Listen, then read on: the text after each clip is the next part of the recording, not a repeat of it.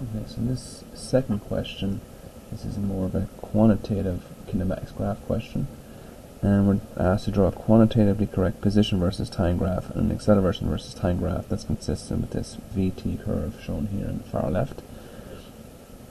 So what I'm going to do in this first case, I'm going to switch to acceleration. I think that's somewhat easier to do given the VT curve. So during the, I'm going to assume here that it starts at 0. It looks like it's very close to 0, but we can approximate that it's close enough to 0 here that then the velocity changes from 0 to 4 over 1 second. So the slope of this line is equivalent to the acceleration. So the acceleration for the first second would be 4 divided by 1, and it's a constant acceleration indicated by a constant slope of this VT curve. So the initial acceleration should be very close to 4. This is not this axis is not labeled, so maybe I'll just go up 4 boxes just to keep things simple. So this would be 4 meters per second squared, coming from again to the acceleration from 0 to 1 is a change of 4 meters per second minus 0 meters per second, all divided by 1 second to give us 4 meters per second squared. And that happens for the first 4 seconds. Sorry, for the first 1 second, which is a nice straight constant positive acceleration for the 1 second interval. Then from 1, and again this graph is drawn, so it looks like it's somewhere between I guess 2.75 and 3, but to make things simple I would sort of approximate that this constant velocity ends very close to 3. And again, since the velocity is constant, we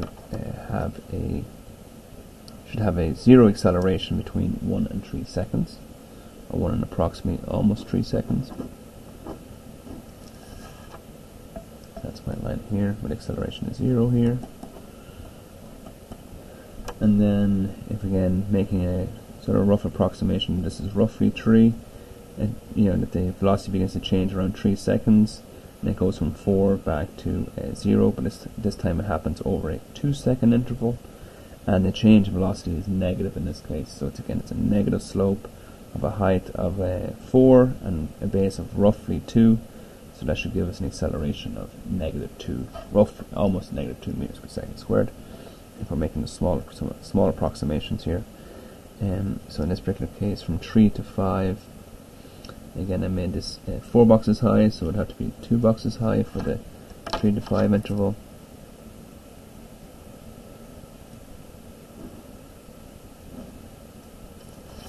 And again for here, the acceleration from 3 to 5, we finish at 0, so that's the final, minus the initial. We started at 4 meters per second, over a time interval of approximately 2 seconds. So 0 minus 4 is -4 divided by 2, which is to give us an acceleration -2 meters per second squared. So that's how I would draw quantitatively correct AT curve from this quantitative velocity time curve. And for the position, we should focus on the change in position given by the area underneath the VT curve.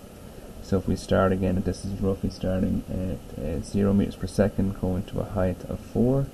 So if I think about the area underneath this curve, this would be the area of a triangle. So the delta x from 0 to 1 would be 1/2 the base times the base is measured in seconds, times the height of 4 meters per second. So in this particular case, we should have a change in position of 2 meters. And then in the next case, where again I'm approximating to roughly 3, the base of 3, we have a constant velocity of 4 meters per second for 2 seconds. So the delta x from 1 to 3 would be constant velocity of 4 meters per second times a 2-second base. So that should be an 8 meter change. And then lastly we have again a triangle where this particular delta x will be 1/2 its base of roughly 2 seconds times a height of 4 meters per second.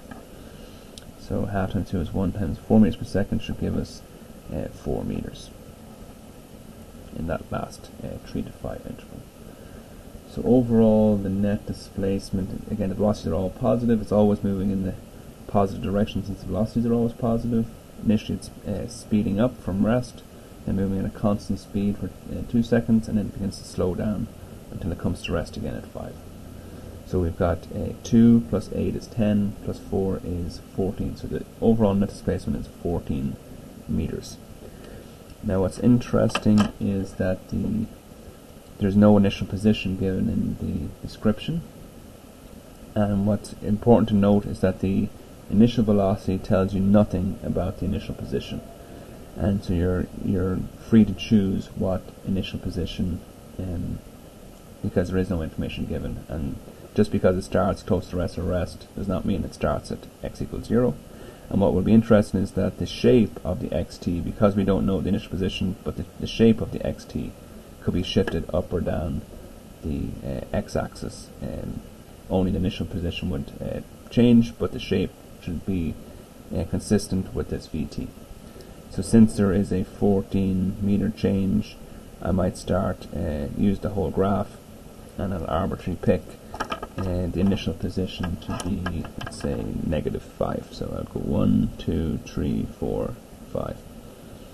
So I'll start at an initial position xi equal to -5 meters.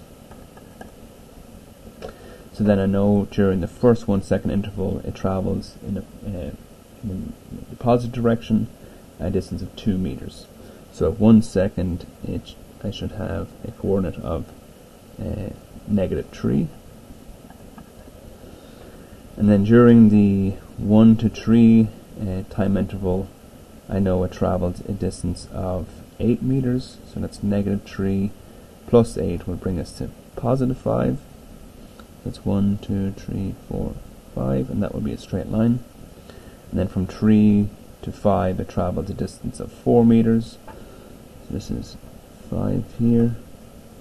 So then I should step up 1, 2, 3, 4 and finish at 9. So that is consistent with a -5 to +9 is a change of 14 meters, which is consistent with the sum of these 3 delta x's. Now to talk about the shape, during the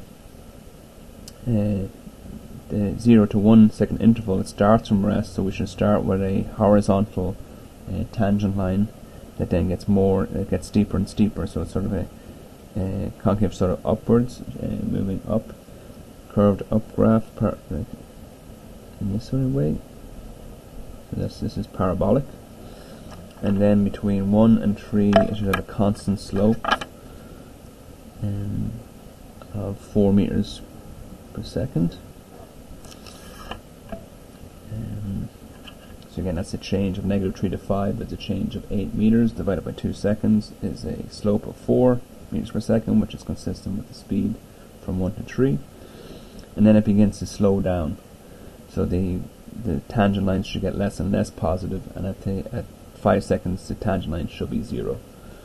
So it has to be a line that begins to curve downwards, and then at the top it should flatten out. That the slope of the tangent line to the position time curve at t equals 5 should be 0 to indicate that the object is at rest for 5 seconds.